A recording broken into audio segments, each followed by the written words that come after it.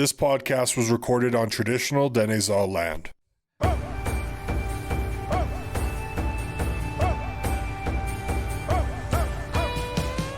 Hello and welcome to Before the Peace. I'm your host, Jenna Moreland, and I'm here with my co-host and producer of the podcast, Trail Acko. Hello, hello. In today's episode, we chat with Gerry Attachie, a former chief and councillor of Doig River First Nation for a total of 45 years. We talk about his hard work with the Montney claim case where veterans were given a stake in the mines on Doig's land. We touch on his upbringing, being from a line of leaders, how traditions and culture have been lost, and how communities are working to keep them alive. Yeah, and normally we always have like quite a few questions prepared for the interview. And this one, we honestly didn't even get to half of them. We had so many questions for him, and then questions came up during the interview. So there was lots to talk about. Well, the funny thing is the brunt of our questions were about the Montney claim, and Gerry just went right into it. Yeah. We didn't even set him up. He just started talking about it. I think he knew what we wanted to talk about. 100%. Yeah, so there's still a bunch of questions for Gerry. Obviously, we want to have him on again. He's very wise, and what you'll hear in the podcast is he talks very slow. It's like in a thoughtful manner, and he would like I said, take a topic and run with it, bringing up stories and experiences. And it was very easy for Jenna and I. We essentially just sat there and listened, which talking with, a lot of Indigenous communities, a lot of people, that's what you do around elders. You sit there and you listen. Yeah. Right. And we had a few questions in there, but it was just awesome. Like at one point I would looked over at Jenna and I noticed both of us were just like attached to every word he was saying. It was awesome. Yeah. And I cannot believe how good he was pulling out name and dates, like from the 50s, like it was nothing. It was amazing. I mean, I can't even remember what I did yesterday. He's like, I think it was 1954. No, actually, nope, that was 1956. He was like correct himself on the specific date. And we also had Trail Acko there with us the entire time during the interview. He is an apprentice drummer and the cultural heritage liaison at the Doig. And it was great. He wants to kind of sit in with us on some of the podcasts. So it was a good time out at the Doig. Yeah, I love hanging out with Trail. Yeah. We don't really know what it's going to look like yet in the future, but he might just come around for the podcast recordings. We might have him come in and ask a couple questions. And he's also working full time at the Doig. So, I mean, we're going to see how that looks in the future, but hopefully you'll hear some more of the Trail. We definitely still want to have him and Sam Atko on to talk about drumming. Drumming, yeah. So that will be a future episode for sure. And speaking of future episodes, so there's going to be a little bit of a change happening here. Energeticcity.ca is growing, which is great, but that means I'm going to have to take a bit of a step back from the podcast. It's not like official, like I'm never coming back. It's just for a few months just to kind of take a break. And focus on what I have going on here at work. Yeah, it's just a hiatus. Jenna does a lot for Energetic City. I mean, we both do, but her hands are tied on a lot of things, and this is just a decision she had to make. So I will be doing the podcast going forward by myself. But hopefully if Jenna has time, she'll come in and record these intros with me. Yeah, you haven't gotten rid of me just yet. No, not yet. I know. You're always going to be around. But as for the interview portion itself, that will be mainly myself and hopefully Trail, as I said. Hopefully he comes around. So instead of me crying, because I'm getting right into it, how you guys reach out to us, especially when it's just me doing the podcast. I want some feedback, guys. I'm going to harp on that every single time. Email us at beforethepeace@energeticcity.ca for any comments or story ideas you have. We know you're listening. Mm-hmm. So please send us on any ideas you have. I think for last year, we had a total of 46,000 downloads on the podcast. Yeah, I think it was, just That's a lot of downloads. Email us. And follow us on social media. Instagram is @beforethepeace and Twitter is @beforethepeace_. Or of course you can follow us at Energetic City.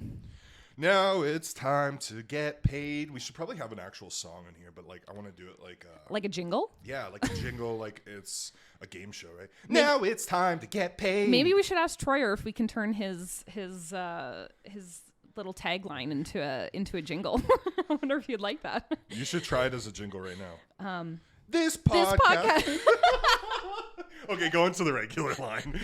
This podcast wouldn't be possible without the help of Troyer Ventures. Troyer has been serving our community and the energy industry with tank and back trucks since 2000. They're built on the principles of hard work, service, and community, and they are proud to offer the financial support to make this program possible. If you want tank and back trucks, go to Troyer Ventures. No, okay, no, it doesn't work. Also, shout out to Epscan Industries, who are known for building excellence safely. Marshall, please let us know if you like that one. All right, guys, let's get into the episode with Gerry.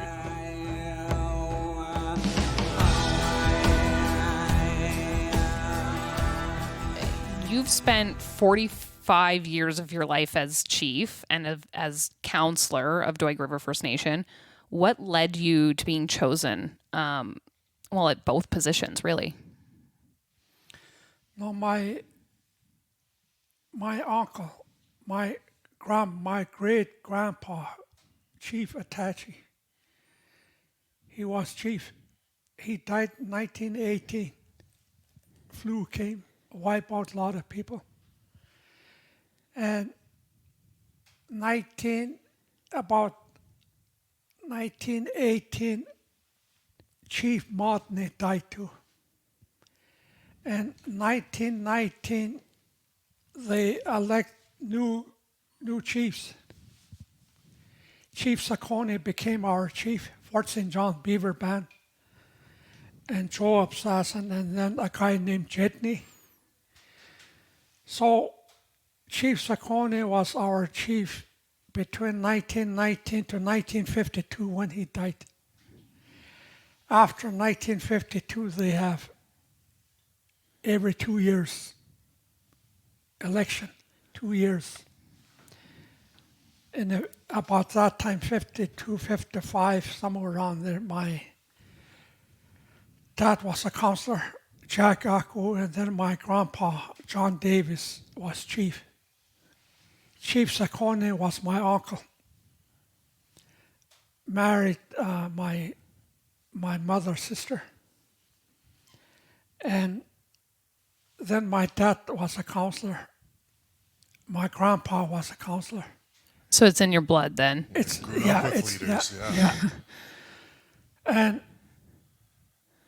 I spend more time with elders.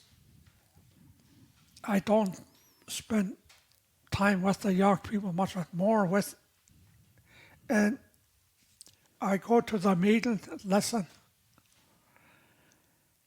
In the mid 50, we were start reading a little bit, but after we lost the Montney Reserve in 1945, for 5 years we didn't have reserve, so they took us to Crown Land up in Peterson Crossing, where you just came through. Mm-hmm. So they opened up a school there, 1950. And sorry, when were you born? 1948, October 29, yeah. Okay.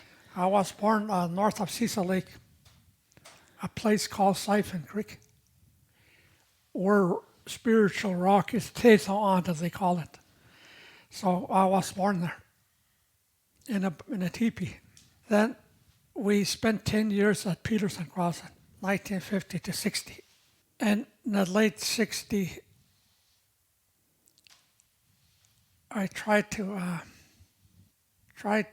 look what, because way back the elders said, what happened to the land money, they said. Montney was appraised for 125,000, but they sold it for 70,000. And growing up down at Peterson Crossing, some ranchers, they said, you guys are rich. The other farmer said, rancher, you guys got ripped off. That got me confused. Where is the money? And how did we got ripped off? We got the reserve 1916, 18,000 acres, 1916. And sometime in the late 38, 39, 40, the oil company want permission to do some exploration. So we give them permission, and they got a permit, and which was good. And we lease it out for grazing. The money goes back to the pot. Between 1940 and 45, they want that reserve for returned veterans. But the Indian agent at that time, he said, it's not for sale. There's about, between 1940 and 45, there's about maybe 10, 15 letters that went to the Ottawa. It's not for sale. Finally, somewhere June 1945, Dr. McGill was a minister of Indian Affairs. He said, please don't sell it. The Indians were going to have education. They're going to have school there. The railroad will be coming to Fort St. John. Please don't sell it or lease it or in a part, he said, because we take out all the documents when we start the lawsuit. And McGill retired July 1945. So they speeded up and sold it September 16, 1945. Wow. Oh, wow. Yeah. So this is the Montney claim Montney, case, yeah. right? Yeah, okay. Yeah. Then it wasn't transferred until 1948. Everything finally. 1951, they had oil there. I think Imperial Oil. They said, who won the mineral rights? They wrote a letter to Indian Affairs. They said, we don't know. They wrote back for a long time while they were talking, and they didn't let us know, our leaders. Finally, they gave it to returned veterans. 42 farmers own the mineral rights.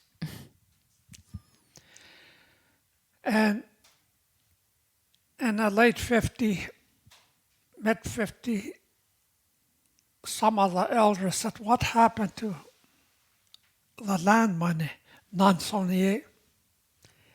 And when it was sold, they had $10 each for 2 years only. After third year, nothing. Then they said, what happened to the land money? I remember they talk about that. But nobody said anything down at Peterson Crossing in the mid-50s, in the early 60s. I heard this, you guys are rich. You guys got ripped off. I want to look into it more. And that was it until 70 when I became a leader. 74 I became councillor. 76 I became chief. For Blueberry and Doig, we were still together. We split up in 77. And sometime a book came out, Peacemaker book. All the local people, Fort St. John, Roseberry, Goodlow. They show Pine View, the reserve. It's all surveyed. It says 1951, the mineral rights which add to IR 172 were forgotten, they said. Today, 42 farmers own the mineral rights. And when I see that, then I thought, we got to look into it. We were farming out here, but not enough land. We used to move our cattle around. One day we were branding cattle. Indian agent, the new Indian agent came, Johnny Watson, his name. And I want to talk to you, he told me. So I think we went for a walk, me and one of the ranch manager, Dick Davis. He said, I see you guys try to farm and you're doing good, but you lost a good land, 18,000 acres, mineral rights and everything. You might have a good case, he said.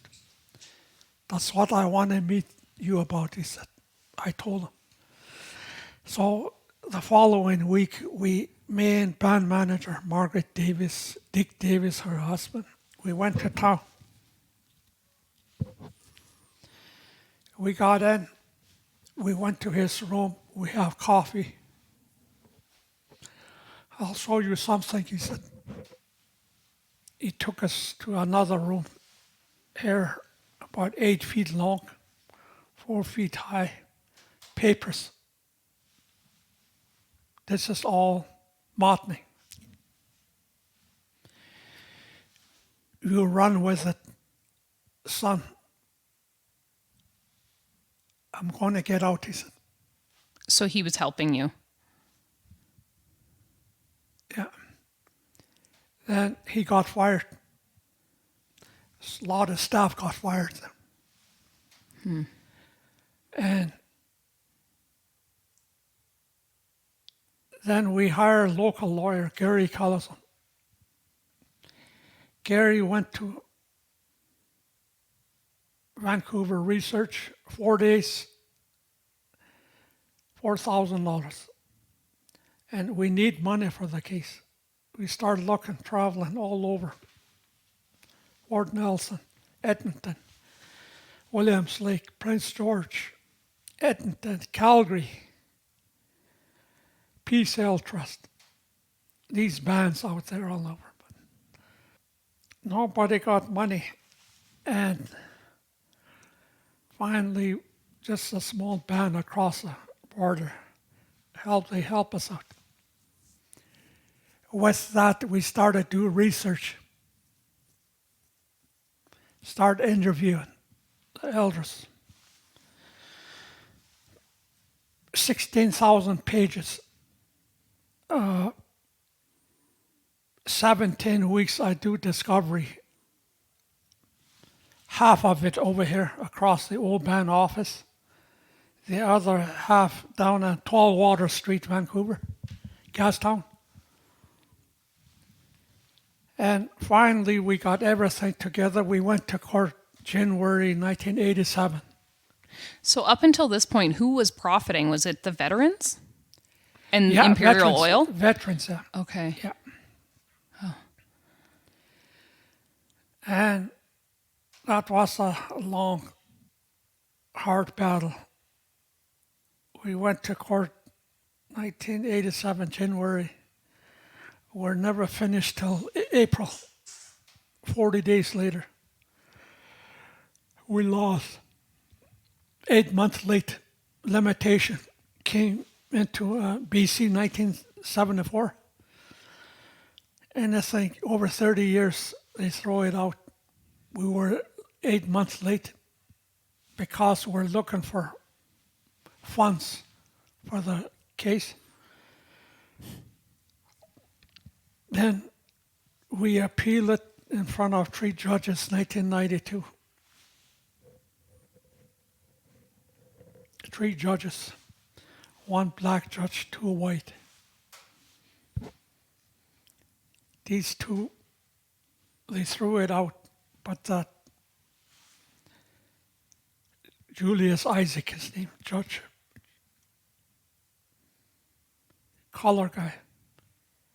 How did the veterans end up with the mineral rights, he said, was that question. We appealed it to Supreme Court. So we went to Ottawa in 94. This time, it only took, I think, 4 days. Waited until July. That's when we were in court. I think November. We had an office across the river, old building. Long distance call. Pick it up here. Harry Slate, lawyer. We won, he said. Send me everything. I tell him, how did it happen? 10 judges, 6 were on our side, 4 against us. During we're doing discovery, we tried to track down a guy that took surrender. Jack Grew, his name. Jack L. Grew. They said Jack died long time ago. Government lawyers said, keep looking for Jack Grew. One night, 11 o'clock at night, Ontario time. Jack Grew, is this Jack L. Grew? Yeah. That you took surrender in 1945. Yes, he said. St. Catherine, Ontario. Oh, goodness. You Still found him. alive, yeah. So you were doing all the investigative work for this? Me and the lawyers. Okay. Yeah. And the lawyers flew out with government lawyers too, 4. When they do interview, 2 government lawyers sit there too. They say object to a lot of things. But we just keep going. And he was told 6 months before, Indians are after you, they're going to sue you, they told him. He was scared. He remembered everything except September 16, 1945. I got no recollection, he said. We video him. Yeah. I got the video. Yeah. We got all the Supreme Court video. I got it. So that was,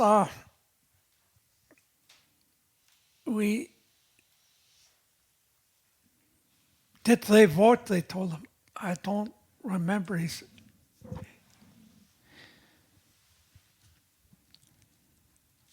So I just want to clarify. So him surrendering, what is the significance of that? Like, can you just explain that? Like, what about him did you need to help the case? We want to know if people talk about mineral rights. Oh, okay. And those things.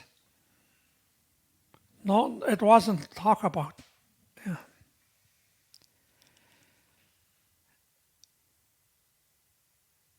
And one of the top judges there, Beverly McLaughlin, she just retired not too long. She thanked, the first judge was Judge Addy, George Addy. He was a veteran, Second World War. So he really against Aboriginal people. He was for the veterans. Yeah. Thomas Berger, he's the one we hire. He's the one that took it to Supreme Court. Thomas Berger just died 2 years ago. Yeah. You know anything about Thomas Berger? Berger is a top judge.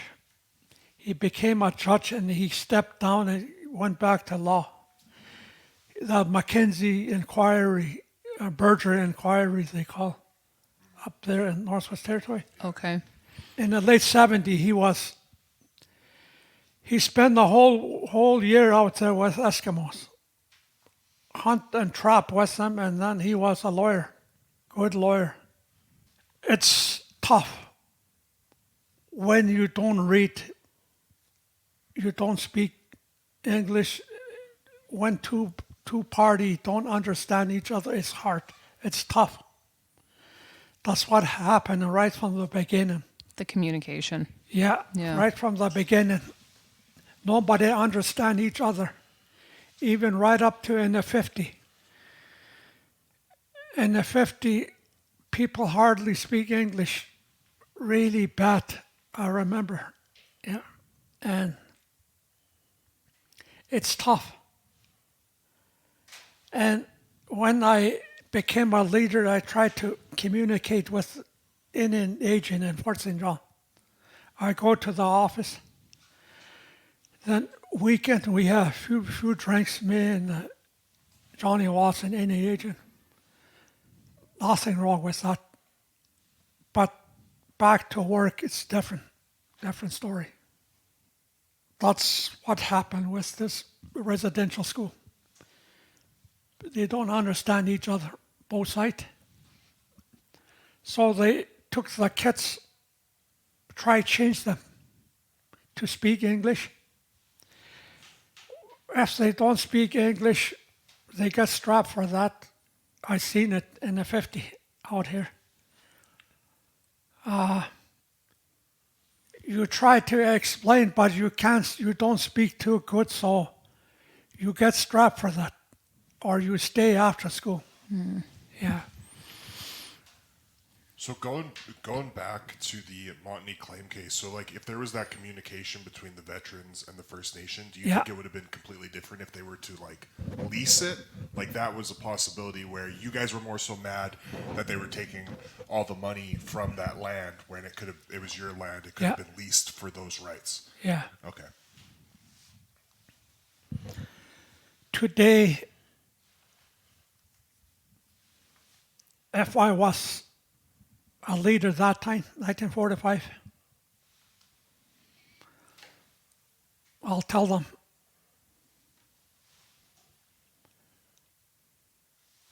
18,000 acres. We'll sell it for 150,000. We'll keep the mineral rights. You give us 3 reserve, 6,000 acres, blueberry, beetle, and doig, including mineral rights on those 3 reserves too. That's how I'll put it. Yeah. In the future, land claim.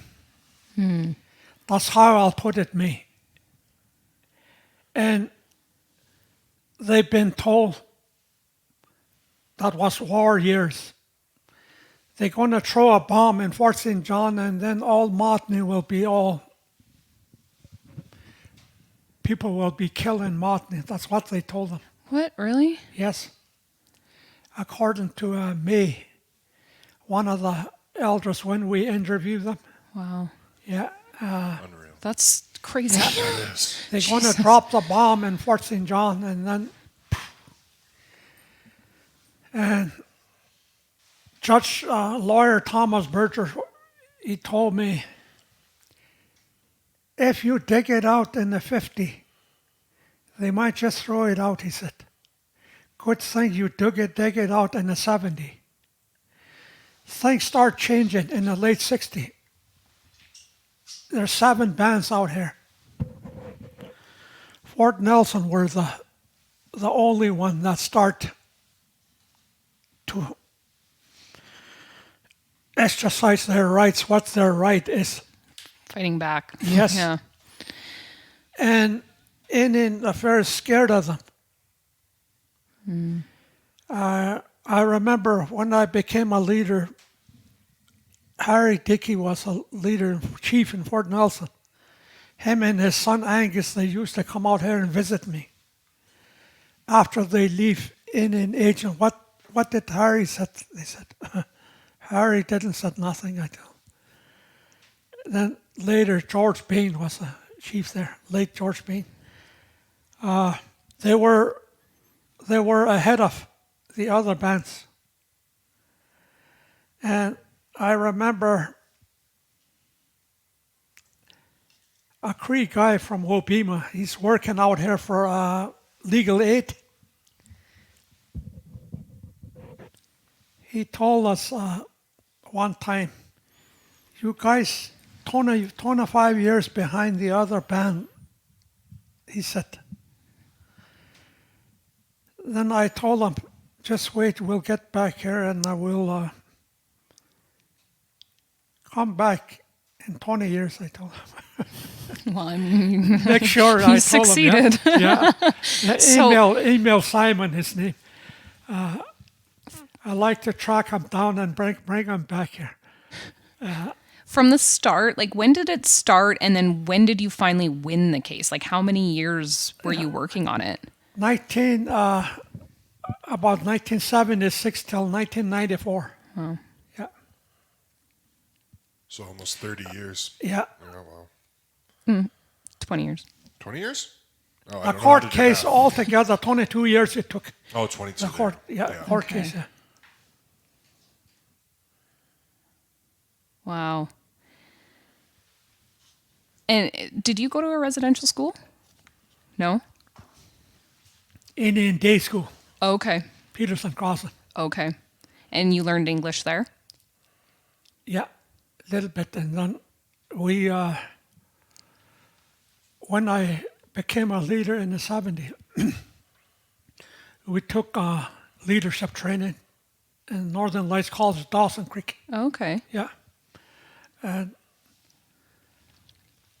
they give us a camera and then we speak. You write down what a report you're going to say, sports, weather, or who did this, and look at the camera and read. Take that shyness away. And I took life skills training. We all have low self-esteem and shy, and those really are the things that people struggle with. I remember they say bad things about NNH and he's not good crooked, and then he ripped people off. When he come to the meeting, nobody said nothing.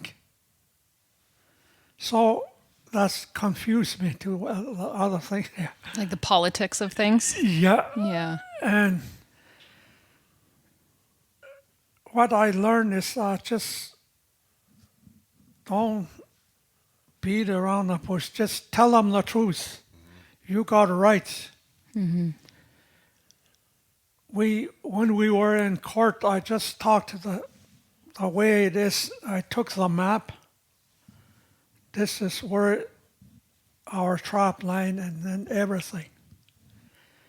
And what it looks like in the 50 compared to in the 80.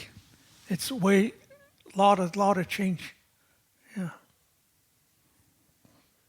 So how do you think it would look differently today had the veterans and you guys communicated better? Like what do you think things would look like? Like, do you think you would have gotten further earlier, like the nation itself, with more money?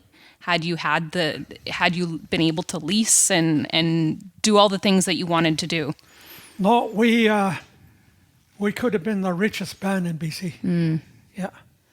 And they did the same thing to Kamloops for returned veterans, Oh. but they fought back and they never sold it. Oh, okay. Yeah. Okay. And out here, we could have did that. Mm. And I don't know what happened here. I don't remember my uncle Chief Sakoni when he died. I remember him feeding us. I don't remember what he looks like. He died in 1952. I could have been 4-year-old. Up in the cabin out here, I remember in the floor, there's a plate there, and he put some, those puff wheat Yeah. in the plate for us, and we eat that, I remember. And I don't remember what he looks like, but he feed us that. Yeah. He was our chief. Yeah. And when the elders testify, they said, we told them, did Chief Saccone speak English good? No, they said. Did he write? No. Most of the things, they put their X on it. Yeah. So it almost seems like the First Nation was taken advantage of because you guys didn't speak Yeah. English. Yes. Like- yeah. Because there couldn't be that communication, Yeah. so they just almost assumed or just went ahead and did it anyways Yeah. because you couldn't communicate your Yes. frustrations on it. I'll show you some newspaper here that came way back in the 60s. A guy named Simon Flynn. He was the last teacher at Peterson Crossing. By that time, we all moved out. And he wrote a lot of stuff down in the newspaper. So with that, he got fired by Indian Affairs. Yeah. And I remember we spent time with that school teacher, Simon Flynn. And I remember me and Charlie Oker, he had a big tent right in the floor in his house. And there's a light inside switch. We sleep in that tent, I remember. He told us, one of these days, you guys will going to finish school, going to start read, and then you got to learn your rights. You got a right, he said, to this land. This is your land. Doesn't belong to white people, it's yours. And they didn't treat you right, he said. The school where you guys go to, this old log building and wood stove outhouse outside. You guys should have a good house, running water, lights. You guys were rich one time, he said, Montney Reserve. Big reserve. I remember he told us that. And one of these days, everything will gonna come to surface, he said. Yeah. What's going on here? How you've been treated? You're not gonna be down forever, he said. It's gonna come up. And Do you feel like it's all come up now? Or there's still more? still more, yeah. Yeah. Yeah. Yeah. I think we've just scratched the surface Yeah. in the past Yeah. couple of years. Yeah. Yes. And it's people can get away with a lot of things. Today you can't, which is good. Yeah.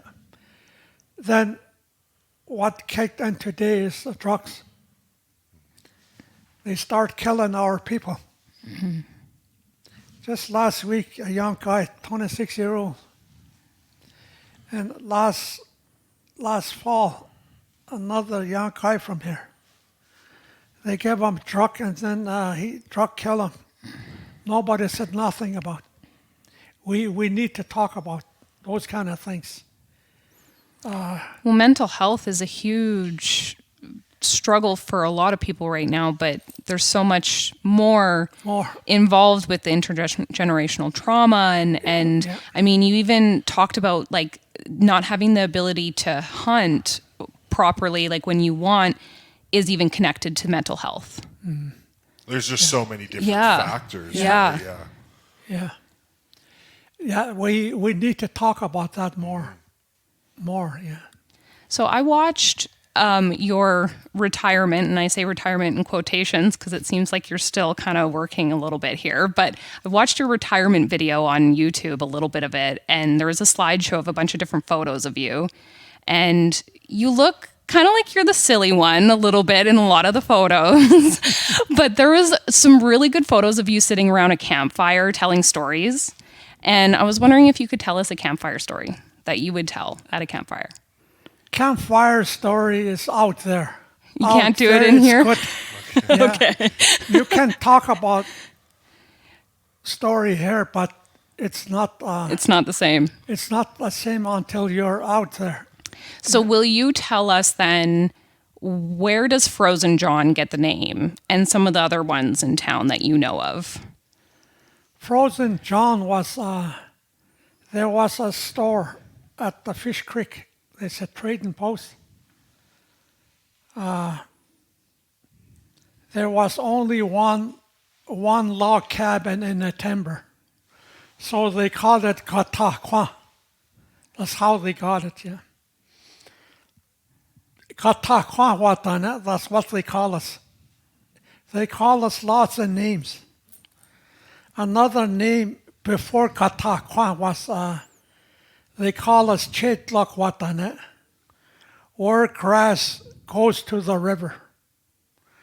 Peace River was running in the prairie, they said.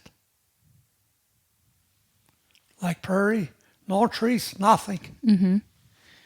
You look this way, mountain, and no trees, just running in the prairie. Chetlak Watana, they call us. Yeah.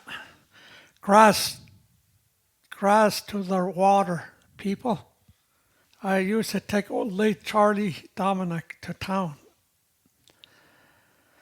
And I want him to tell me more stories, so we take that back road, that North Pine Road, and Montney to what he remember.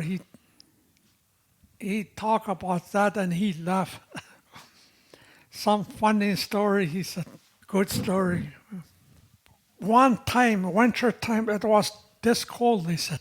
So, JBC and Akko, Sammy's Akko dad, they went down to the store, Fish Creek. Mm-hmm. The crossing was over there on the west side of Montney Reserve. They came across and going to the store, and they went over this hill, Frozen John Hill they call, and they seen a horse tied up there with harness. Another horse out there looks like laying down. And to the right-hand side over there, somebody wrapped up in a canvas, covered with snow. So they never go near. They keep going, and then when they got to the store, they told the storekeeper, one horse over here standing, the other one down, and looks like somebody in a tarp out there too. So they came out there, and here they found Frozen John.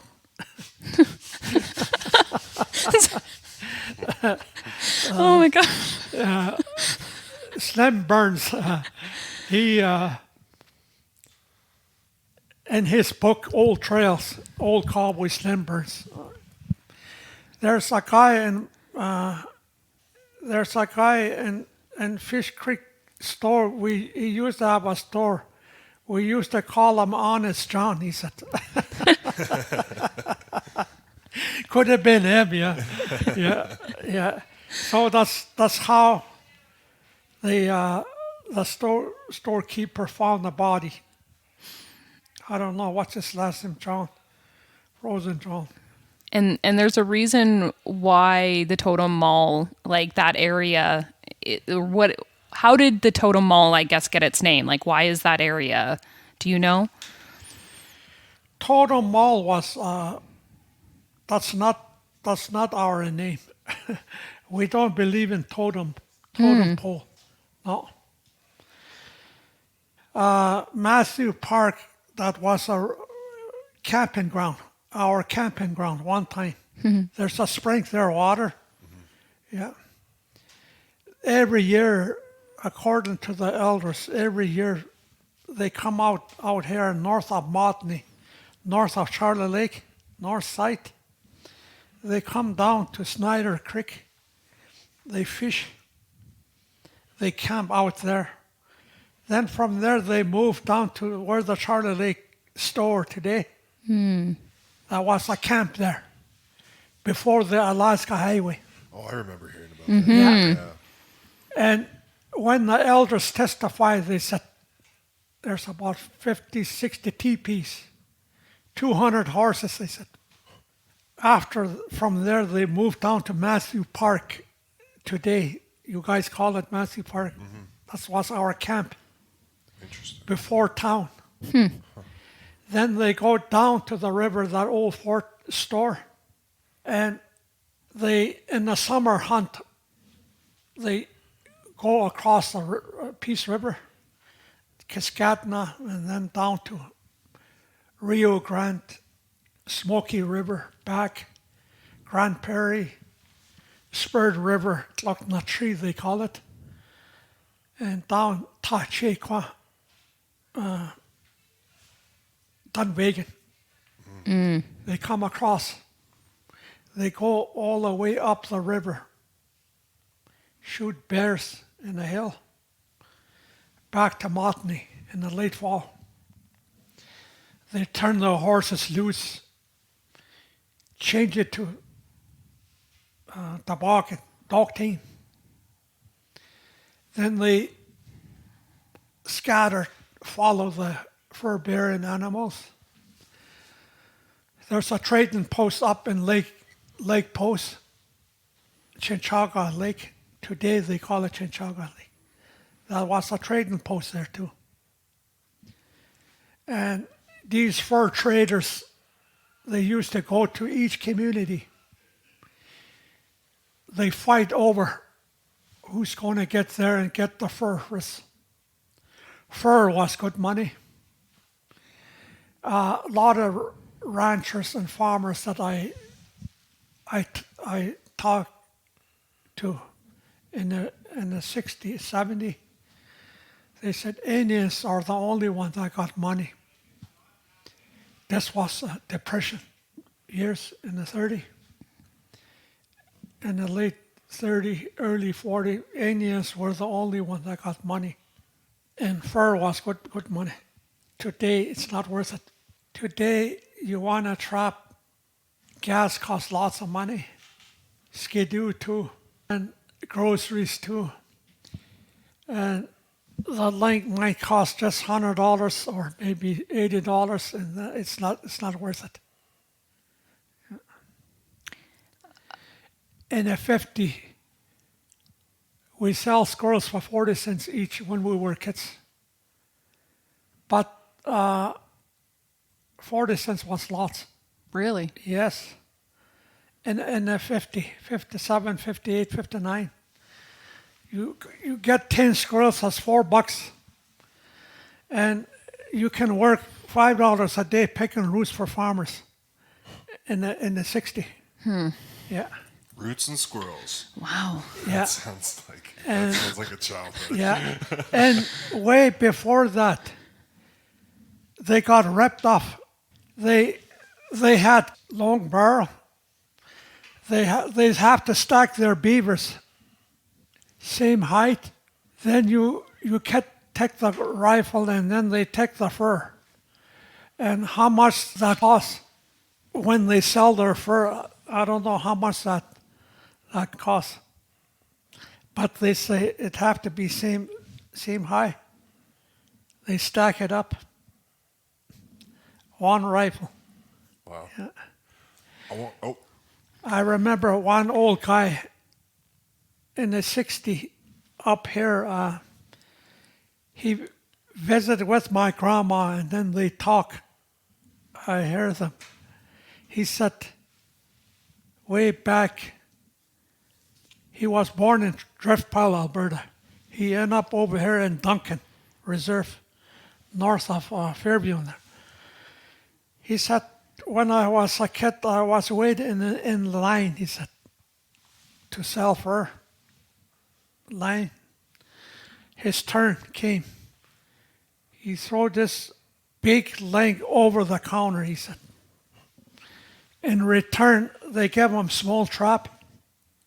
A trap. One.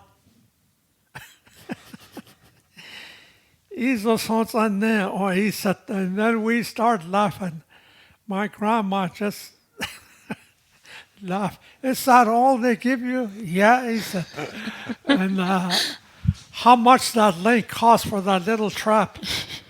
That trap might be 50 cents or in those days, maybe 40 cents. For the whole link, big link too, he said. We were talking about, mental health and some issues stemming from different factors, but I know one of them we mentioned was the loss of certain traditions. How is the First Nation trying to keep those traditions alive in this age? We can't go back to the dog team days, pack horse, sleigh, saddle horses.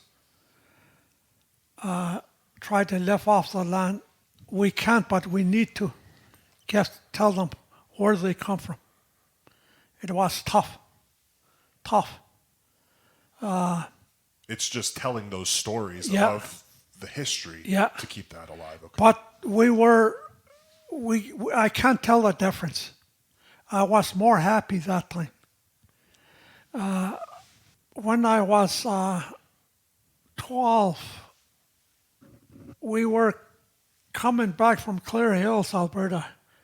We were north of Goodloe camping. And it was raining. And we lost one horse.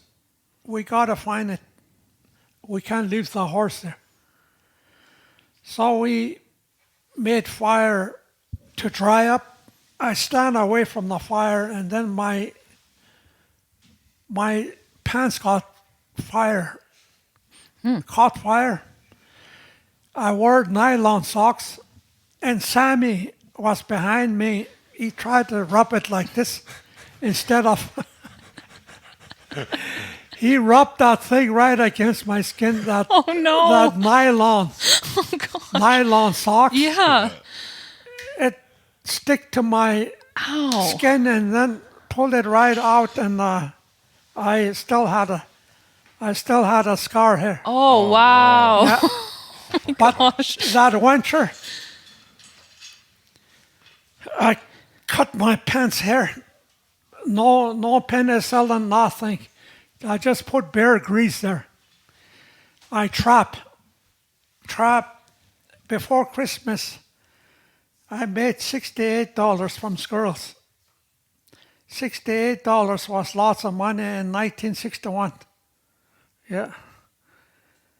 I bought underwear, jeans, jacket, just about all my clothes.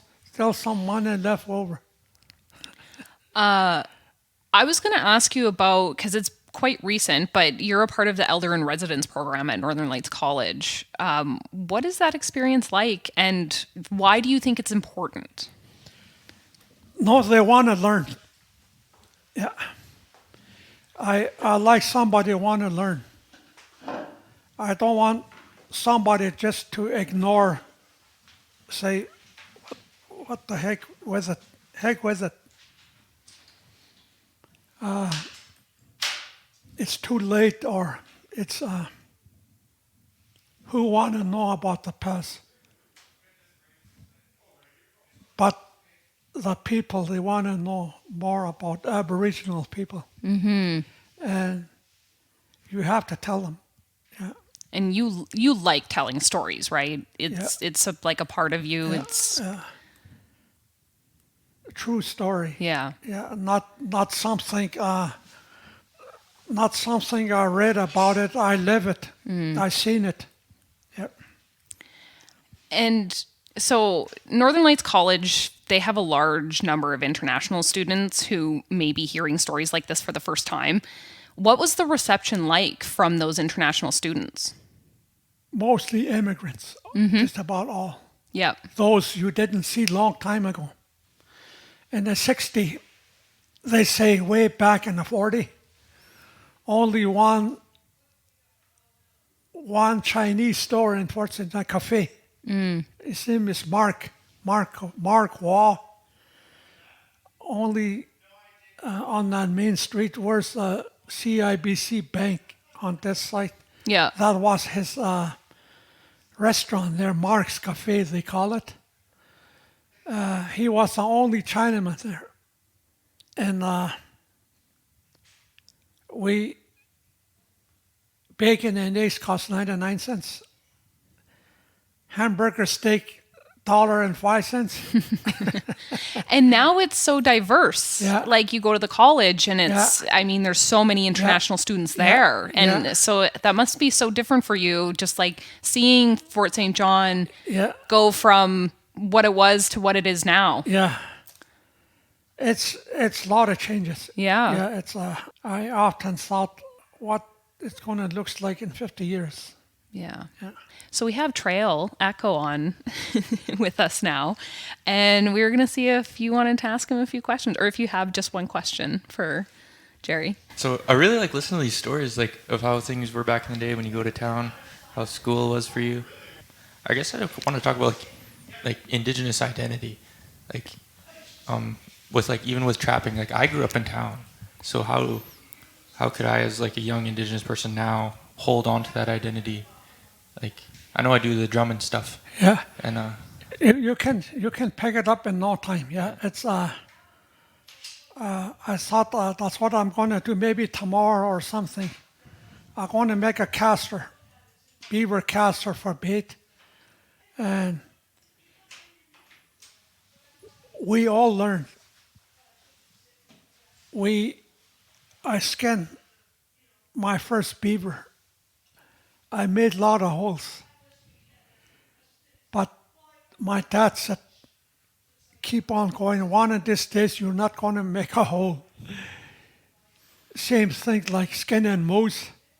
When I skinned moose first time, this is not the only one you're going to skin, he told me. You're going to skin lots, he said. They were right. I skinned lots of moose. I skinned lots of beaver, link too, squirrels. Mm-hmm. We skin squirrels. Skin it and then we stretch it. And next morning they're ready. Then you run up to the store, that old Peterson crossing. There you sell your squirrel and then you have money in your pocket. Yeah. I remember I trapped with my grandma down at the river. After she sold her fur, and then she did good. She bought pork chop, potatoes, onions. She bought beans, a lot of stuff. We came back down the river, and then she cooked. She fried pork chop, and then we eat. She told me, if we just lay around here, no trap, we're not going to eat, she said. Which stayed with me the rest of my life. So with that, I get up and trap or hunt. So how does someone like Trail, who lives in Fort St. John, but he works out here at Doig, how does he learn that about his history? Like, is it just by stories or by story or experience? Take them out. Yeah. Yeah. Even just back over here, how to make fire in the bush. Oh, okay. Yeah. We used to trap with horses too. And sometime minus 30, 35. Once you get used to the weather, you're not going to get cold. Because we spend more time outside than inside. Furnace, outside, we spend more time outside. Then we could go to town with riding boots, T-shirt and the shirt and the jacket, that's all. Yeah. But today, I'll freeze because we spend more time in the bush. Yeah. When you said mental, Mental health? yeah, those were unheard of. Yeah. I'll show you my grandma picture. No, my auntie, my dad's oldest sister. She died in 1975 in Blueberry, 118 years old. 118? 118. Oh, Yeah, Bela Yahe, Bela Attachie Yahe. wow. Yeah, I'll next time I'll give you the picture. Presbytery, they wrote a book and she's in there. Oh, cool. Yeah. Wow. 118. She said the history in Canada doesn't mean nothing to her. That's what it says. She was part of the history. Yeah. And her mind was just straight. I seen people 98, 97, 99, 100, 102 years ago. Their mind was just no mental, whatever you call it. Yeah. It was their mind was sharp. Sharp. Yeah. Yeah.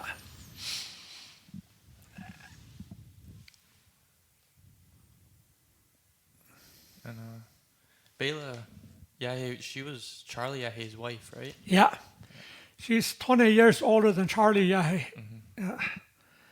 And I wish I bring that book. Yeah. They mention Queen Victoria, all those. Wow. Yeah.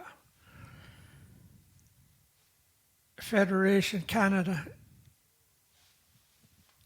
Those things mean nothing to her, they said. They used to just eat in the floor. In the floor, they put a tablecloth, food, tea there. That's what they eat. Mm-hmm. They eat they sleep in the floor, mattress. And we spent a few nights with May and Sammy about 1973, I think. We sleep in a room, and then out there in the kitchen, they had a wood stove. 2:30 in the morning, they make fire out there and they make tea. They drink tea and go back to sleep. And up again at 6:30. Every night. And then sometimes we join them and we have tea. Well, I have a question written here for you. What does reconciliation mean to you? It's going to take a lot of work. It's caused too much damage. Mm-hmm. Yeah. Even in the 50, they get strapped for nothing. Teacher used to wrestle with a guy right in the yard. We all watch. He can't throw this guy down. He gave up. And another teacher, every year they bring teacher in. One time they bring teacher from Australia, New Zealand, Ireland. Last teacher was from Ireland, Irishman. Then every year different teacher from all over the world. They speak a little different. This guy from Australia, Mike, his name is Mike Tayu. I remember kicking one of the elder with boots. Yeah. He was drinking, and then he said something to teacher, so teacher kicking him. And we watched that, and those kind of things make you angry. And the first year, 1950, I don't remember, but a guy named Father Green was their teacher, Catholic priest. And we use a picnic every end of June. And that Father Green did some bad things that the school teacher seen, and it wasn't good. And after that, I think a guy named Father Lawrence was a teacher. Mm-hmm. After that, I think it was, I remember a guy named John Gork. You're so good with names. Yeah. I can't. You're John. so good. John Gork Wow. was a teacher from England, Englishman.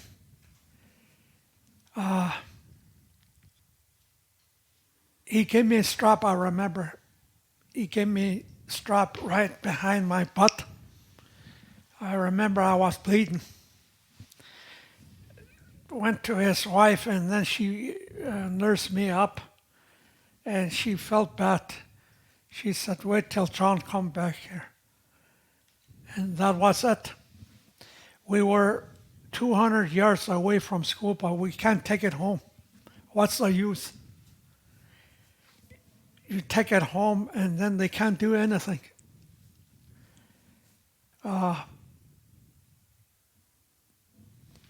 People, there was a road right through that village, Peterson Crossing. The oil company stopped some weekends and then give drinks to those people. And the ladies keep us awake. Then in daytime in school, you fall asleep, you get strapped for that. Mm-hmm. Yeah. So how do we heal, I guess, is my last question. How do we heal as a country and individually? What's your opinion on that? We gotta forgive. Yeah, I learned that since in the late 70s, I was a leader, and I turned to alcohol more because pressure. Mm-hmm.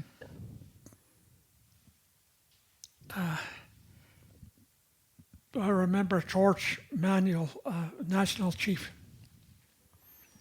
came to visit me across. He said, you got to sober up. You're suing the Queen. He said, the Crown. And I got more under a lot of pressure. I drank lots. Then 1970, late 70, 79, November, I resigned. I visited my grandpa, and then he said, you drink too much. We're going this way and you're going that way, he said. Really hit me.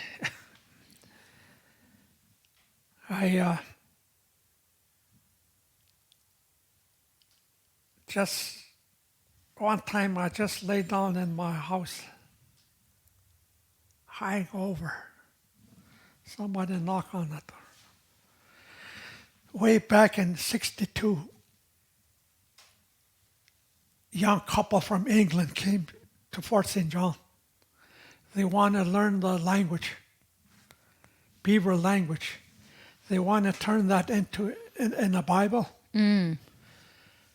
And they wanted to turn the Bible into like our language. Yeah. Oh, in Beaver. Yeah. Oh.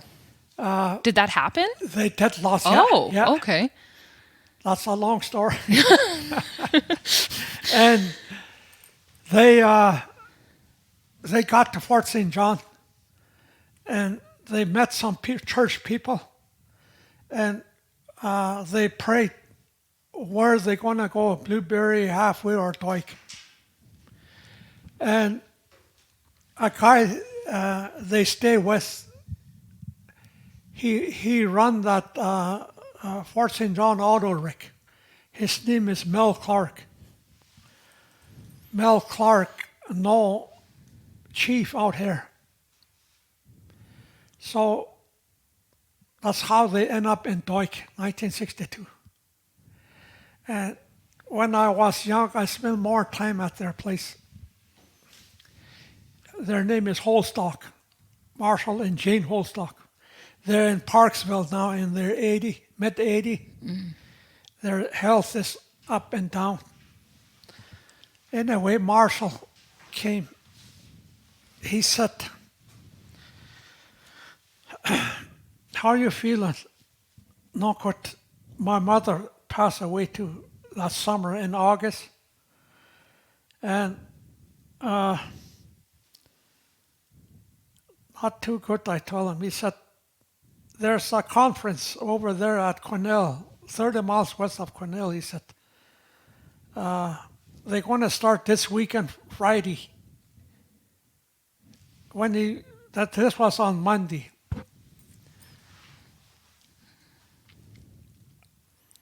Oh, I'll think about it. Then he came back a couple hours later. What do you think? Yeah, okay, I'll go. I said. Then Friday, we took off early from his place. Me and Billy, late Leo. We went down to Cornell, 30 miles west of Cornell. There's a revival they had, Bible conference. And that was a big battle there Friday night, Saturday night, Sunday night was the last day. And fine Sunday, well, I'll give it a try, this Christianity. If it don't work, I can always go back, see what happened. I went forward. I don't remember. Next thing I was down on the floor. I think I felt this way or I can't remember. And boy, that was something. I got hit pretty hard. Coming back, we were just singing. And that was a turning point for me. Today, we just had Bible study last night. And it says in the Bible to forgive each other. If we don't forgive them, He won't forgive them. They are gone, but we need to forgive, and then we need a lot of healing. Yeah. Yeah, and then we need to talk about it, not just to ignore it. And we all make mistakes. All. There's not no one is good, it says. None righteousness. Nobody. Yeah. We are all sinners. And I seen a lot of people get healed. I see a lot of things. Good thing, spiritual thing. And it's clean. Yeah. And the last few years I spent more time in the bush. I go way down the river where these two rivers join. I just carry a gun just for protection. At the end of the road where I want to turn around, by that time sun is down. Put my gun over there. Pray. Pray. Pray. That's what I'm doing now. So. Do you think everybody should be spending more time in nature? Yes. Yeah. That's where you get healed too. Yeah. Yes. I know way back in the 60s, 64, I think. Yeah, 64 and 65 when my grandma was getting up there. She raised me. When I was born, when I was about 2, my mother got TB, and then they sent her to Edmonton Hospital. So my grandma looked after me, and then when my mother came back, then they sent her out again, second time.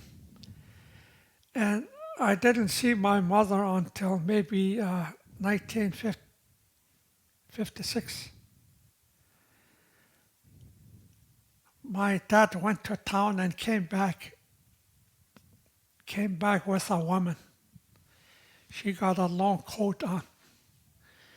She walked in our house, and she said, "My baby." She said, Aw. she picked me up. I pushed her away. Aw. My grandma said, "That's your mother." But I pushing her away, and then she said, "My baby," kissing me. And I remember that, yeah. Yeah, but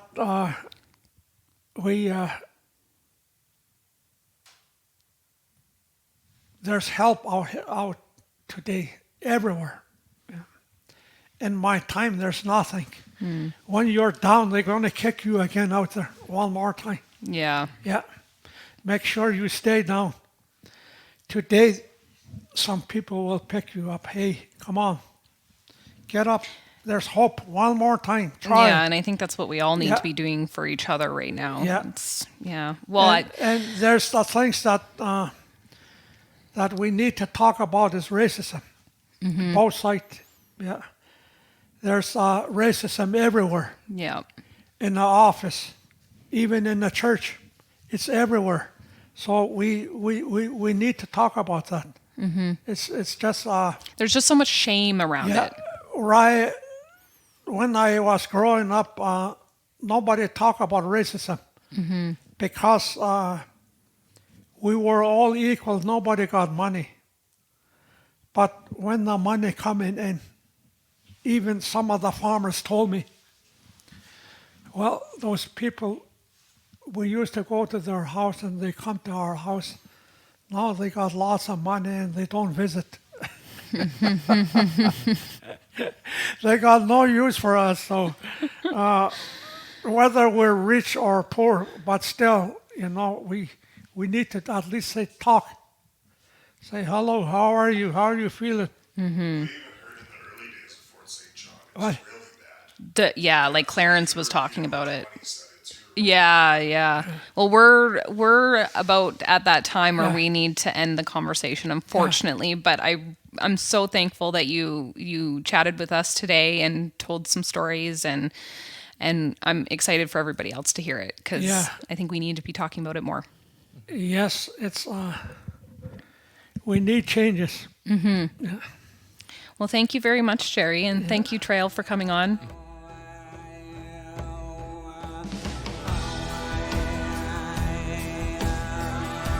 Make sure you guys subscribe to Before the Peace using your favorite podcast app or at Energeticcity.ca/podcasts. If you have any guest or program idea, email us at beforethepeace@energeticcity.ca.